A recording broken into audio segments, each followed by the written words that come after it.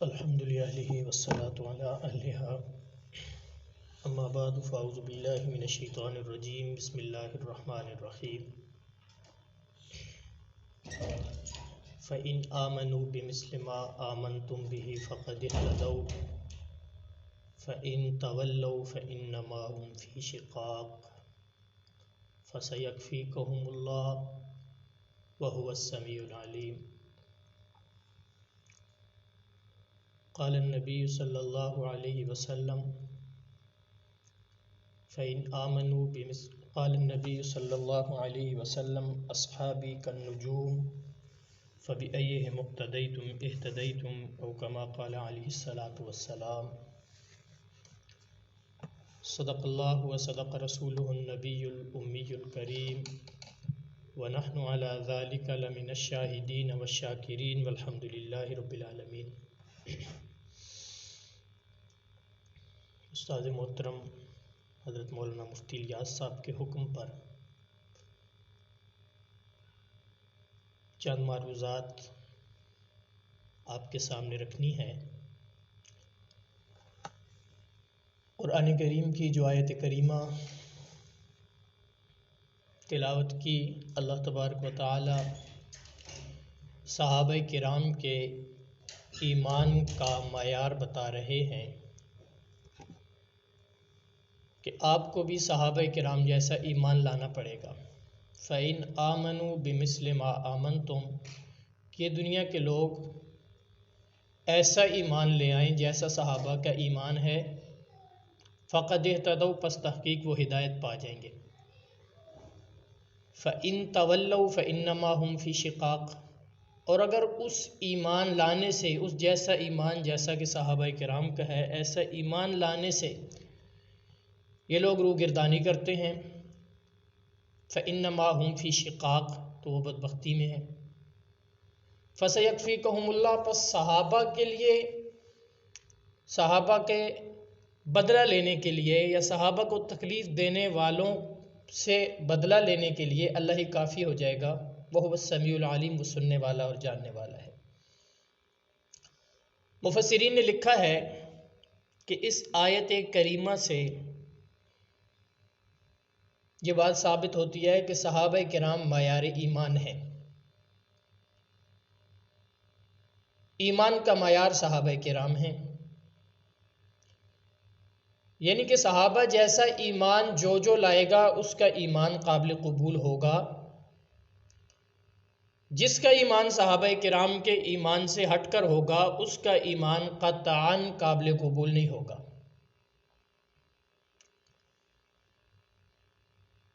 اور صحابہ کرام رضوان اللہ تعالی علیہم اجمعین ایمان کے ساتھ ساتھ عمل میں بھی معیار ہیں۔ اصول کی کتابوں میں یہ بات آپ نے پڑھی ہوگی کہ نبی کا عمل تین طرح کا ہوتا ہے، یا تو وہ خصوصیت نبوت میں سے ہوگا، یا وہ عادات نبوت میں سے ہوگا، یا وہ سنت نبوی امت کے لیے قابل عمل ہوگا۔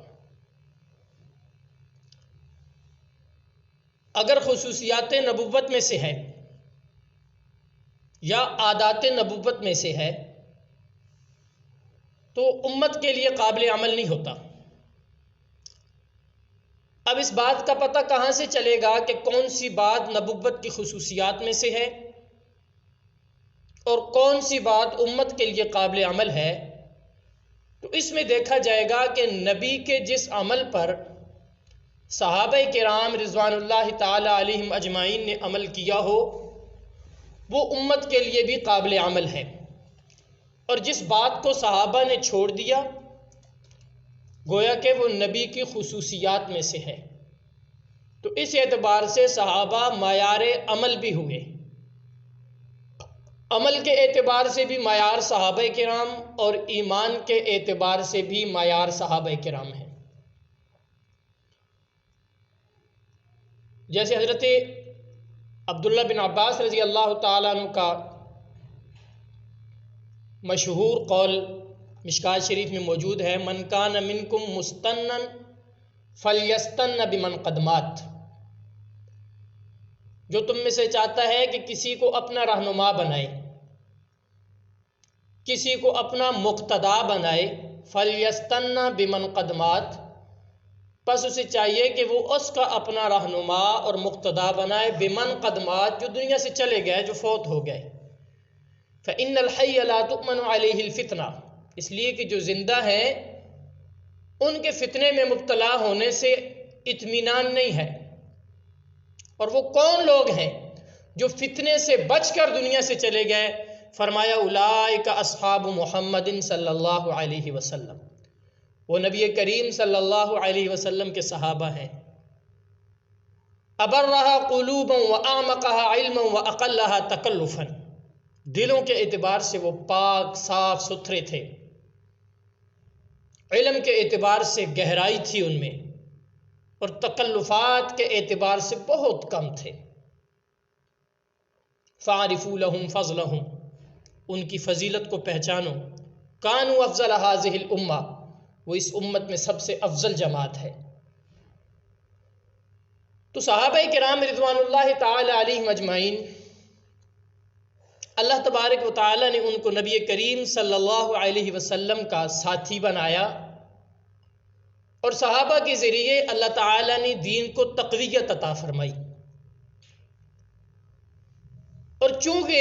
کفار کا ہر دور میں طریقہ یہی رہا ہے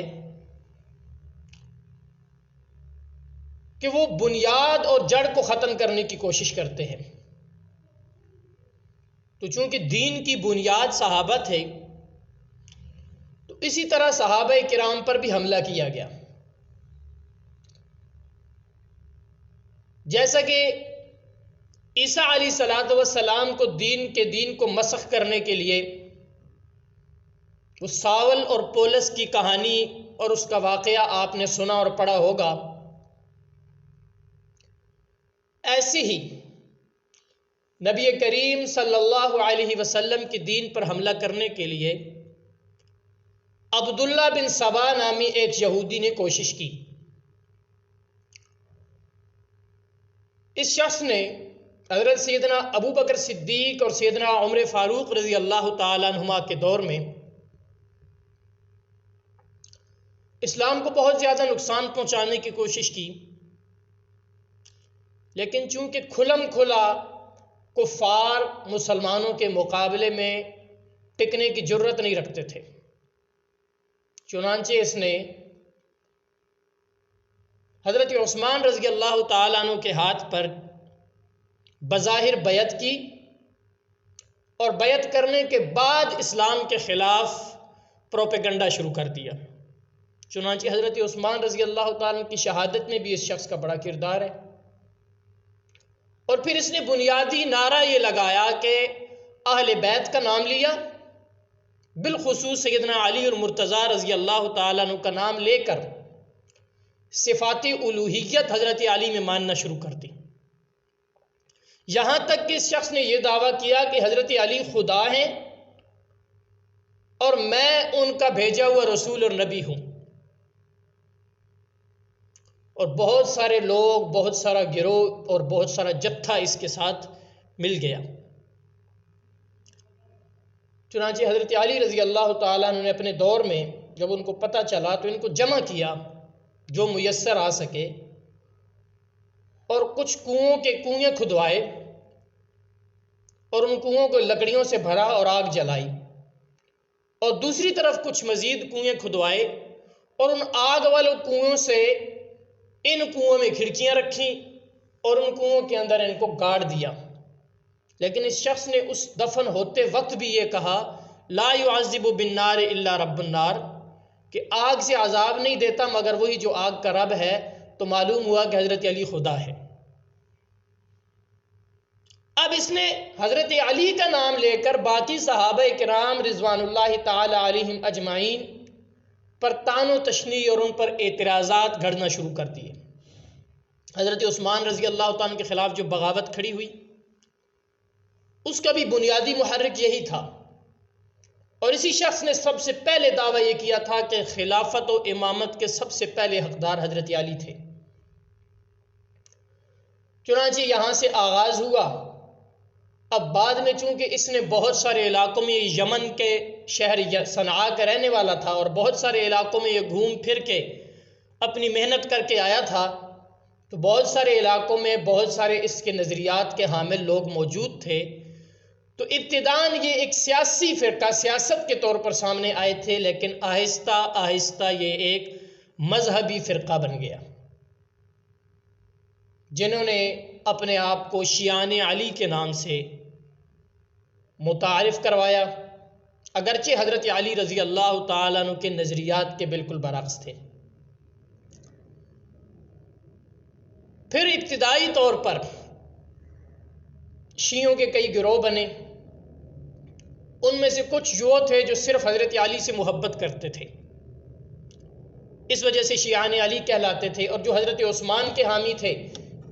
وہ شیعان عثمان کہلاتے تھے۔ پھر آہستہ آہستہ شیعہ مطلق ان کی طرف منسوب ہو گیا، جو حضرت علی کا گروہ تھا، اور جو حضرت عثمان کا گروہ تھا وہ عثمانی کے نام سے مشہور ہو گئے۔ یہ اس وقت تک ابھی شیعہ مذہب کے طور پر مدون ہو کے سامنے نہیں آیا تھا۔ پھر کچھ عرصے کے بعد عقائد ان کے بڑھتے گئے، مدون ہوتے چلے گئے، اور باقاعدہ عقیدے کے طور پر، مذہب کے طور پر شیعت سامنے آئی۔ پھر ان کے کئی فرقے ہوئے، جن میں سے ایک فرقہ جو ہے، جو اس وقت پاکستان میں یا دیگر ممالک میں زیادہ تر موجود ہے، اثنا عشری۔ اثنا عشریوں کے جو عقائد ہیں، بنیادی طور پر وہ عقائد عقیدہ امامت، تحریف قرآن، تکفیر صحابہ، ان تین عقائد کی وجہ سے علماء امت نے ان کی تکفیر کی ہے۔ عقیدہ امامت میں بہت ساری جزیات ہیں۔ ان کے نزدیک اثنا عشر 12 امام، حضرت علی، حضرت حسن، حضرت حسین،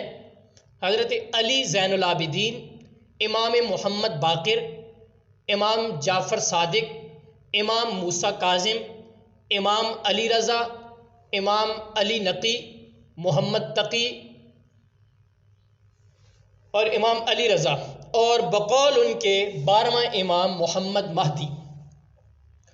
تو یہ 12 امام ان کے نزدیک ایسے ہیں کہ پہلا عقیدہ ان کے اماموں کے متعلق یہ ہے کہ امام حلال کو حرام اور حرام کو حلال کر سکتا ہے، جو کہ توحید کے منافی ہے۔ اور اسی طرح ان کے نزدیک، ان کی کتابوں میں عقیدہ یہ درج ہے ائمہ کے متعلق کہ امام جو ہیں یہ زمین و آسمان کے مالک ہیں۔ یہ جتنے اللہ تعالیٰ کے تصرفات ہیں، سورج میں، چاند میں، ستاروں میں، یہ سب انہوں نے اپنے ائمہ کے لیے لکھے ہیں۔ تو گویا کہ ائمہ کو اللہ رب العزت کا معاذ اللہ شریک سمجھتے ہیں۔ پھر اماموں کے متعلق دوسرا عقیدہ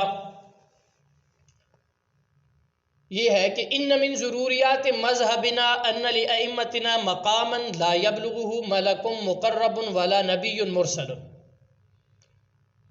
ان کا یہ عقیدہ ہے کہ ہماری ضروریات دین میں سے ہے، اور ضروریات دین آپ کے علم میں ہے کہ ضروریات دین وہ چیز ہوتی ہے کہ جس کو ماننا از حد ضروری ہوتا ہے اور اس کا انکار کر دینا کفر ہوتا ہے۔ تو کہتے ہیں کہ ہماری ضروریات دین میں یہ بات ہے کہ ہمارے اماموں کے لیے وہ مقام ہے کہ اس مقام تک کوئی ملک مقرب، کوئی فرشتہ بھی نہیں پہنچ سکتا، اور کوئی نبی اور رسول بھی اس مقام تک نہیں پہنچ سکتا۔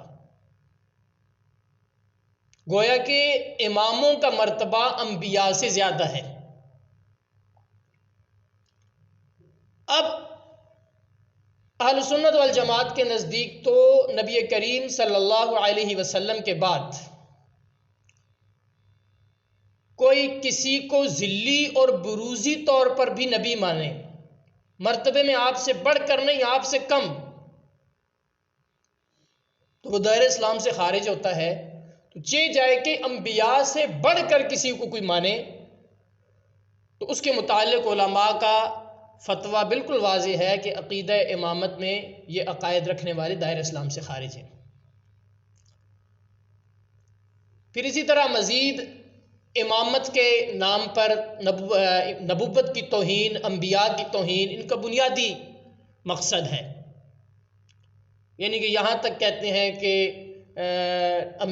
امام جو ہیں وہ نبیوں سے بڑھ کر ہوتے ہیں، نبی قیامت کے دن جو ہے امام نبیوں کی شفاعت کریں گے۔ اس طرح کے بہت سارے ایسے عقائد اور نظریات ہیں جو کہ اسلام کے منافی ہیں امامت کے عقیدے کے ذیل میں۔ اور جتنے بھی نبوت کے مقام ہیں، جتنی چیزیں ہیں، انہوں نے یہاں تک لکھا ہے کہ سوائے وحی کے تمام نبوی مقام جو ہیں وہ امام کو حاصل ہوتے ہیں۔ گویا کہ امام کے متعلق یہاں تک لکھا ہے بہار الانوار کے اندر ملا باقر مجلسی نے، اور اسی طرح اصول کافی کے اندر بھی یہ روایت کتاب الحجت میں موجود ہے کہ امام کو ہر شب جمعہ کو امام کو معراج کرائی جاتی ہے، اور ہر شب قدر کو امام پر کتاب نازل ہوتی ہے۔ اس طرح کے عقائد جو انبیاء سے خاص جتنی چیزیں ہیں، جتنی باتیں ہیں، وہ ساری اماموں پر انہوں نے منطبق کی۔ اسی وجہ سے شاہ ولی اللہ محدث دہلوی رحمۃ اللہ تعالی علیہ نے فرمایا کہ یہ عقیدہ امامت منافی ختم نبوت ہے، گویا کہ یہ ختم نبوت کا انکار ہے۔ دوسرا بنیادی وجہ تکفیر ان کی تحریف قرآن ہے۔ اہل تشیع کی کتب میں بقول ملا باقر مجلسی کی بہار الانوار، اس کے مطابق 2000 سے زائد روایات جو کہ متواتر مانوی کے درجے کو پہنچی ہوئی ہیں وہ تحریف قرآن پر موجود ہے۔ گویا کہ قرآن ان کے نزدیک محرف شدہ کتاب ہے۔ اور علامہ عبدالشکور لکھنوی رحمۃ اللہ تعالی علیہ نے انہوں نے لکھا ہے، فرماتے ہیں کہ اہل تشیع قرآن پہ کسی صورت اپنا ایمان ثابت نہیں کر سکتے، یہاں تک کہ جس طرح یہودی اور عیسائی قرآن کو مانتے نہیں ہیں لیکن اتنا ثابت کر سکتے ہیں کہ قرآن نامی کوئی کتاب دنیا میں موجود ہے، جس طرح کہ یہودیوں اور عیسائیوں کا اتنا ایمان ہے کہ قرآن مسلمانوں کی کتاب ہے، اتنا ایمان بھی اہل تشیع اپنا قرآن پہ ثابت نہیں کر سکتے۔ اور اس کی انہوں نے وجہ لکھی کہ چونکہ شیعہ کے نزدیک قرآن کو نقل کرنے والے صحابہ کرام ان کے دو گروہ ہیں۔ ایک گروہ جو صحابہ کرام رضوان اللہ تعالی علیہ اجمعین، سیدنا ابو بکر صدیق، سیدنا عمر، سیدنا عثمان، دیگر صحابہ کرام، اہل تشیع کے نزدیک وہ ظالم، خائن اور کاذب تھے، ان کے نزدیک تو وہ سچے ہی نہیں ہیں۔ اب جو سچے نہیں ہیں ان کی نقل کردہ کتاب تو معتبر ہو نہیں سکتی، لہٰذا اس اعتبار سے ان کے نزدیک صحابہ کی نقل کردہ کتاب معتبر نہیں ہے۔ اور اگر وہ کہیں کہ اہل بیت، تو اہل بیت بھی ان کے نزدیک جھوٹے تھے، کیونکہ اہل بیت کے متعلق اہل تشیع کا نظریہ یہ ہے کہ وہ تقیہ کرتے تھے، اپنے مذہب کو، اپنی بات کو، اپنے دین کو دیگر مسلمانوں کے ڈر کی وجہ سے چھپا لیتے تھے، اور جو حق کی، دین کی بات کو چھپا لے تو اس سے بھی ثابت شدہ کتاب کا کچھ پتہ نہیں ہے۔ تو اس اعتبار سے اگر صحابہ سے ثابت ہے، اگر اہل بیت سے ثابت ہے، تو اہل تشیع کے نزدیک دونوں جھوٹے تھے۔ ایک کے جھوٹ کا نام تقیہ ہے، دوسرے کے جھوٹ کا نام جھوٹ ہے۔ اب دونوں جب جھوٹے ہیں تو ان سے ثابت ہونے والی یا ان کی جمع کردہ کتاب یا ان کی نبی علیہ السلام سے نقل کردہ کتاب کسی صورت اہل تشیع کے نزدیک معتبر نہیں ہو سکتی، اور ان کی اس پر روایات بھی دال ہیں، اور ابھی تو کھل کر سامنے وہ آ رہے ہیں اور اس بات کا اقرار کر رہے ہیں کہ ہم کسی اور کتاب کو مانتے ہیں۔ اور گویا ان کے نزدیک کتاب اصول کافی کی روایت ہے کہ اصل جو قرآن کریم تھا اس کی 70,000 آیات ہیں، 70,000 آیات ہیں۔ اور ان کا نظریہ یہ ہے، وہ کہتے یہ ہیں کہ حضرت نبی کریم صلی اللہ علیہ وسلم کے وصال اقدس کے بعد حضرت علی رضی اللہ تعالیٰ عنہ 6 یا 7 ماہ کے لیے بالکل گھر میں بیٹھ گئے، باہر نکلے ہی نہیں، اور 6-7 ماہ کے بعد جب واپس آئے تو حضرت علی رضی اللہ تعالیٰ عنہ نے حضرت ابو بکر صدیق کو ایک مصحف دیا اور کہا کہ یہ قرآن میں نے جمع کر دیا ہے۔ تو حضرت عمر ساتھ تھے، انہوں نے کہا کہ یہ قرآن آپ نے جمع کیا ہے لیکن یہ قابل قبول نہیں ہے، ہم اس کو نہیں مانتے۔ تو حضرت علی نے کہا کہ اب اس کو کوئی بھی نہیں دیکھے گا یہاں تک کہ 12واں امام غار سے نکل کر آ جائے۔ یہاں پر یہ بھی واضح کر دوں کہ 12ویں امام کے متعلق ان کا نظریہ یہ ہے کہ 12واں امام پیدا ہوا تھا امام محمد مہدی۔ اہل سنت والجماعت کا نظریہ یہ ہے کہ جو مہدی کا ذکر احادیث میں آیا ہے وہ پیدا ہوں گے اور امت کی رہنمائی کریں گے اور حضرت عیسیٰ علیہ السلام کے ساتھ مل کر جہاد کریں گے۔ لیکن اہل تشیع کا نظریہ یہ ہے کہ وہ پیدا ہو چکے ہیں اور 4 سال کی عمر میں اہل سنت کے ڈر سے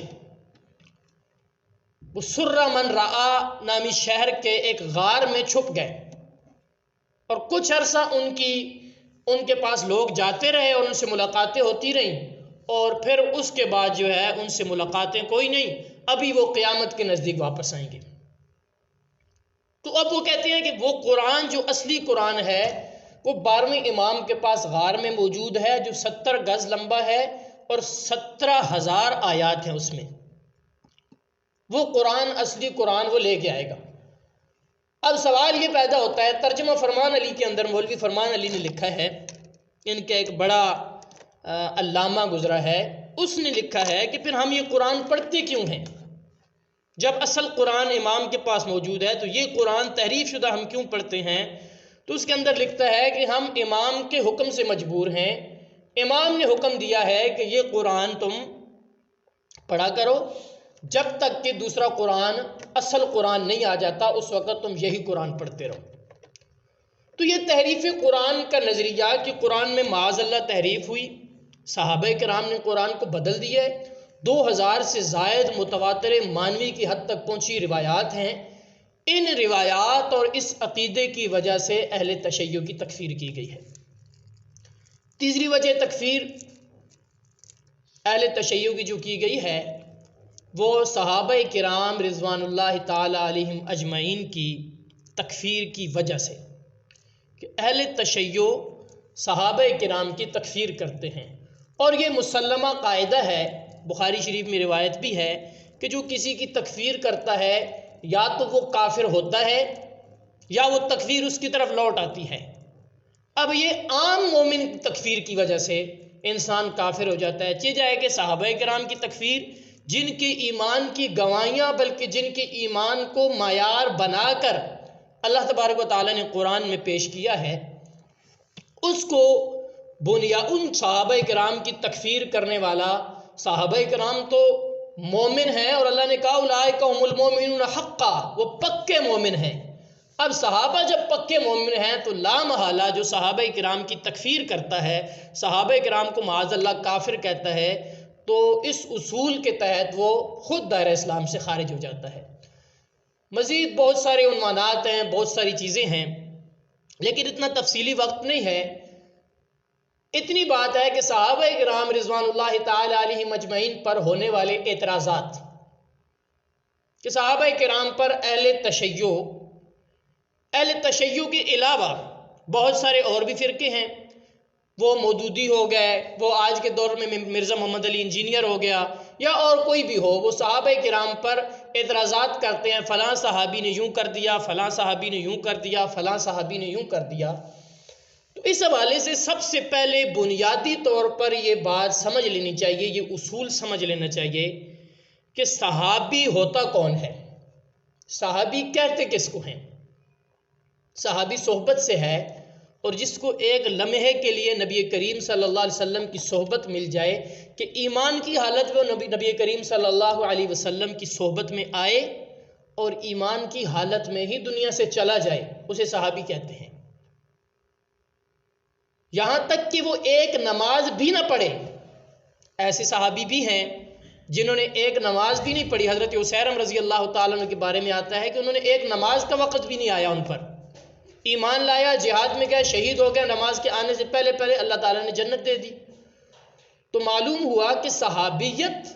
نبی کریم صلی اللہ علیہ وسلم کی صحبت کا نام ہے جو ایمان کی حالت میں میسر ہو جائے، اور آپ صلی اللہ علیہ وسلم کی زیارت کا نام ہے۔ کوئی یہ کہے کہ وہ عبادت کر کے صحابی بن جائے گا، چونکہ یہ کسبی نہیں ہے، یہ وہبی منصب ہے۔ کوئی عبادت کر کے، کوئی علم پڑھ کے، کوئی اپنے تصوف میں، فقہ میں، علوم میں، فنون میں ترقی کر کے صحابی نہیں بن سکتا۔ صحابی وہی ہے جس کو اللہ تعالیٰ نے نبی کریم صلی اللہ علیہ وسلم کے لیے چن لیا۔ آپ نے فرمایا ان اللہ اختارنی واختار لی اصحابی،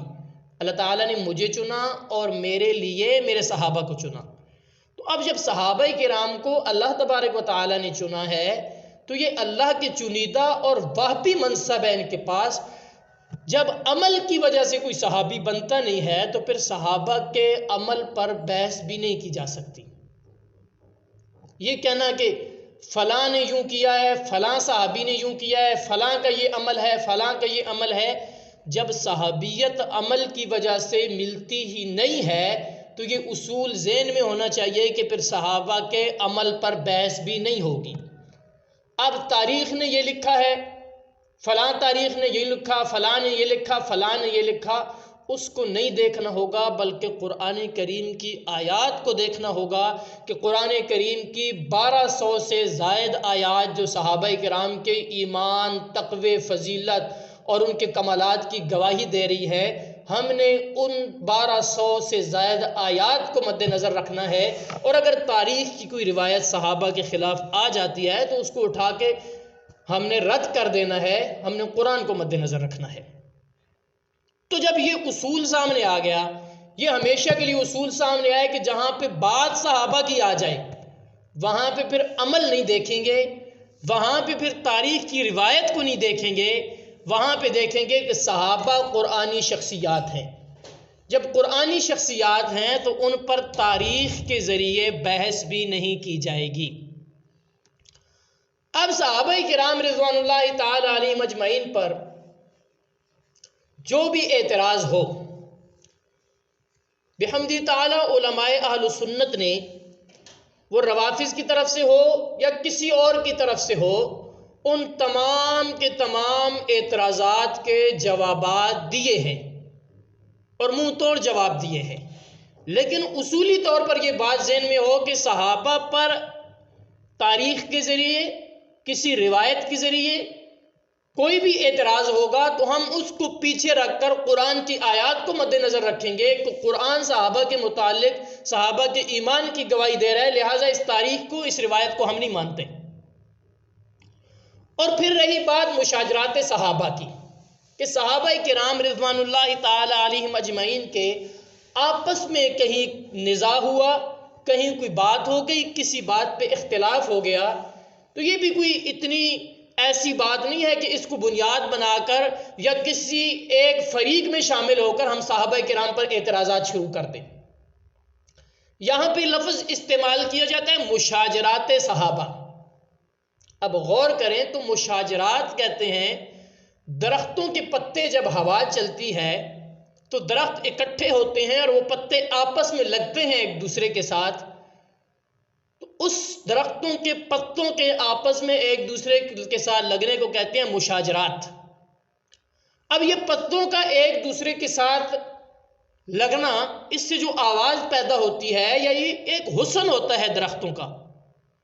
اسی طرح صحابہ کرام کے آپس میں جو اختلافات ہیں وہ کوئی اختلاف مخالفت اور بغض کی بنیاد پر نہیں ہے بلکہ اجتہادی مسائل میں اور اخلاص کی بنیاد پہ ہیں۔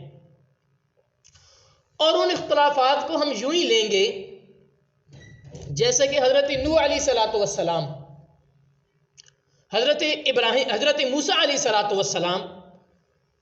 کوہ طور سے واپس تشریف لائے تو حضرت ہارون علیہ السلام کو چونکہ بنی اسرائیل پہ نگران بنا کے گئے تھے، اب بنی اسرائیل جو ہے وہ بچڑے کی عبادت میں لگے ہوئے ہیں۔ بنی اسرائیل جب بچڑے کی عبادت میں لگے ہوئے ہیں تو حضرت موسیٰ علیہ السلام نے حضرت ہارون علیہ السلام کی داڑھی سے پکڑا، ان کو کھینچا، آپس میں دو انبیاء کی لڑائی ہو گئی۔ دونوں بھائی بھی ہیں، نبی بھی ہیں، لیکن اس لڑائی کی وجہ سے اب کوئی یہ کہے کہ میں تو موسیٰ علیہ السلام کی طرف ہوں یا میں تو ہارون علیہ السلام کی طرف ہوں، اور ایک نبی پر کوئی تنقید کر دے تو وہ دائرہ اسلام سے خارج ہو جائے گا۔ نبی دونوں کی نبوت بھی باقی ہے، اختلاف ہو گیا ایک بنیاد پہ اور اس اختلاف کا بعد میں ختم بھی ہو گیا۔ تو ایسے ہی کہیں اختلاف ہو جائے انبیاء کا، صحابہ کا، تو اس اختلاف کو ہم اس اختلاف کی حد تک رکھیں گے، لیکن یہ نہیں کہیں گے کہ ہم اس طرف ہیں اور ہم اس طرف ہیں اور ہم ایک فریق کے ساتھ کھڑے ہیں۔ ایسی بنیاد نہیں ہوتی۔ ایسی صحابہ کرام رضوان اللہ تعالی علیہم اجمعین کے کسی اجتہادی بنیاد پر آپس میں اختلافات ہو گئے تو اب ان اختلافات کی وجہ سے یوں نہیں کہ ایک صحابی کی تو تعریف کریں اور دوسرے صحابی پر تنقید شروع کر دیں۔ اب حضرت موسیٰ اور حضرت ہارون علیہ السلام کے آپس میں لڑائی بھی ہو گئی، لیکن لڑائی کے باوجود ان کی نہ نبوت میں فرق آیا نہ ایمان میں فرق آیا۔ لیکن اگر کوئی بعد میں آنے والا کوئی بھی اٹھ کر کسی ایک نبی کی بھی توہین کرے گا ان میں سے تو وہ دائرہ اسلام سے خارج ہو جائے گا۔ ایسے ہی حضرت علی اور حضرت امیر معاویہ، حضرت علی اور سیدہ عائشہ رضی اللہ تعالیٰ عنہ، اور حضرت علی اور حضرت عباس رضی اللہ تعالیٰ، ان کے آپس میں کہیں کسی معاملے پہ معاملات ہو گئے ہیں تو ان کی صحابیت میں بھی فرق نہیں آیا، لیکن بعد میں اٹھنے والا ان پر تنقید کرے گا تو وہ فاسق و فاجر بے ایمان ہو جائے گا۔ اختلافات ان کے اجتہادی بنیاد پہ ہیں، اور مجتہد اگر مصیب ہو تو فلہ اجران، اس کے لیے 2 اجر ہیں، اور اگر مجتہد مخطی ہو تو 1 اجر تو پھر بھی اس کے لیے ہے۔ یوں سمجھیں کہ حضرت امام ابو حنیفہ رحمۃ اللہ تعالی علیہ اور امام شافعی رحمۃ اللہ تعالی علیہ، ان کا اختلاف ہے رفع الیدین کے مسئلے پہ۔ اب ہم یہ کہتے ہیں کہ اس مسئلے میں امام ابو حنیفہ رحمۃ اللہ تعالی علیہ مجتہد مصیب ہیں، لیکن اس کا یہ مطلب نہیں ہے کہ ہم حضرت امام شافعی رحمۃ اللہ تعالی علیہ پر تنقید شروع کر دیں۔ اس کا یہ مطلب نہیں ہے کہ ہم امام شافعی کو برا بھلا کہنا شروع کر دیں۔ یہاں بات حق اور احق کی ہے کہ دلائل امام شافعی کے پاس بھی ہیں، مضبوط وہ بھی ہیں، لیکن وہ بھی حق پر ہیں، لیکن حضرت امام ابو حنیفہ احق ہیں، یعنی وہ زیادہ حق پر ہیں۔ ایسے ہی حضرت علی اور حضرت امیر معاویہ رضی اللہ تعالیٰ عنہما کا، یا حضرت علی اور حضرت عباس رضی اللہ تعالیٰ عنہما کا، حضرت علی اور سیدہ عائشہ صدیقہ رضی اللہ تعالیٰ عنہما کا آپس میں کسی بنیاد پہ اختلاف ہوا تو اس معاملے میں علماء اہل سنت والجماعت کا نظریہ یہ ہے امساک عما شجر بینہم، جو ان کے درمیان میں اختلافات ہوئے اس پہ خاموشی، اور اس میں یہ بات کہ ان تمام معاملات میں حضرت علی احق تھے۔ یہ اہل سنت والجماعت کا مقصد ہے اور اہل سنت والجماعت کا موقف ہے کہ حضرت علی رضی اللہ تعالیٰ عنہ احق تھے، یعنی زیادہ حق پر تھے، لیکن لازمی نہیں کہ حق کے مقابلے میں باطل ہی ہو۔ حق احق کے مقابلے میں حق ہوا کرتا ہے کہ حضرت علی زیادہ حق پر تھے، حضرت امیر معاویہ کے پاس بھی اپنے موقف میں دلائل تھے، وہ بھی حق پر تھے، اور چونکہ یہ دراصل آگ لگائی ہوئی وہی عبداللہ بن سبا جن کا میں نے تذکرہ کیا ہے، ان کی لگائی ہوئی آگ تھی، اور ان کی وجہ سے آپس میں اختلافات ہوئے کہ انہوں نے دونوں طرف اپنے بندے چھوڑے، حضرت علی کی طرف بھی اور حضرت امیر معاویہ رضی اللہ تعالیٰ عنہ کے لشکر میں بھی، اور دونوں نے جو ہے ادھر کی باتیں ادھر، ادھر کی باتیں ادھر، اور ان کو بڑھا چڑھا کر اپنی طرف سے پیش کیا، تو یہاں تک کہ بات لڑائی تک پہنچ گئی۔ لیکن اہل سنت والجماعت کا اس حوالے سے موقف یہی ہے کہ دونوں معاملات میں جہاں بات صحابہ کرام رضوان اللہ تعالی علیہم اجمعین کی آ جائے تو وہاں پر حق اور احق کی بات ہے، لیکن ہم نے صحابہ کرام کے درمیان میں جج اور فیصل بھی نہیں بننا کہ ہم فیصلہ کرتے پھریں کہ یہ ایسے ہے اور یہ ایسے ہے، اور ہم نے یہاں پر جو ہے کسی صحابی کی تنقید و تنقیص بھی نہیں کرنی، اس لیے کہ نبی کریم صلی اللہ علیہ وسلم نے فرمایا لا تسبوا اصحابی من سب اصحابی فعلیہ لعنت اللہ، کہ میرے صحابہ کو گالیاں نہ دو، جو میرے صحابہ کو گالیاں دے یا میرے صحابہ کو برا بلا کہے اس پر اللہ کی لعنت ہو۔ اور دوسری جگہ پر اللہ کے نبی صلی اللہ علیہ وسلم نے فرمایا اللہ فی اصحابی لا تتخذوہم غرضا بعدی، کہ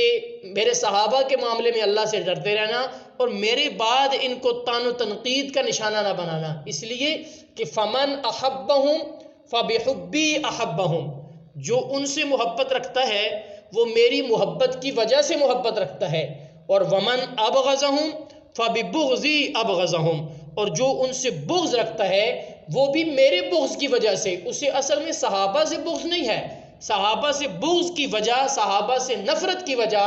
نبی کریم صلی اللہ علیہ وسلم فرمایا کہ وہ مجھ سے بغض رکھتا ہے، اس وجہ سے میرے صحابہ سے بغض رکھتا ہے۔ اس لیے صحابہ کرام کے جتنے بھی معاملات ہیں، مشاجرات ہیں، اس حوالے سے کہیں کوئی روایت آتی ہے، کہیں کوئی بات آتی ہے، کہیں کوئی اعتراض آتا ہے، تو ہمارے سامنے جب یہ بات آ گئی کہ یہ صحابی رسول ہے، پھر ہم نے تاریخ کو، روایات کو اور ان چیزوں کو نہیں دیکھنا، بلکہ اس وقت ہم نے دیکھنا ہے کہ صحابہ کرام رضوان اللہ تعالی علیہم اجمعین میں صحابی کی بات آ گئی ہے، اب ہم نے اللہ کے قرآن کو دیکھنا ہے، اور اللہ کا قرآن صحابہ کرام کی تعریف و توصیف اور مدح میں کیا کہتا ہے، اور وہاں پر صحابہ کرام کے ایمان کو معیار بنایا گیا ہے۔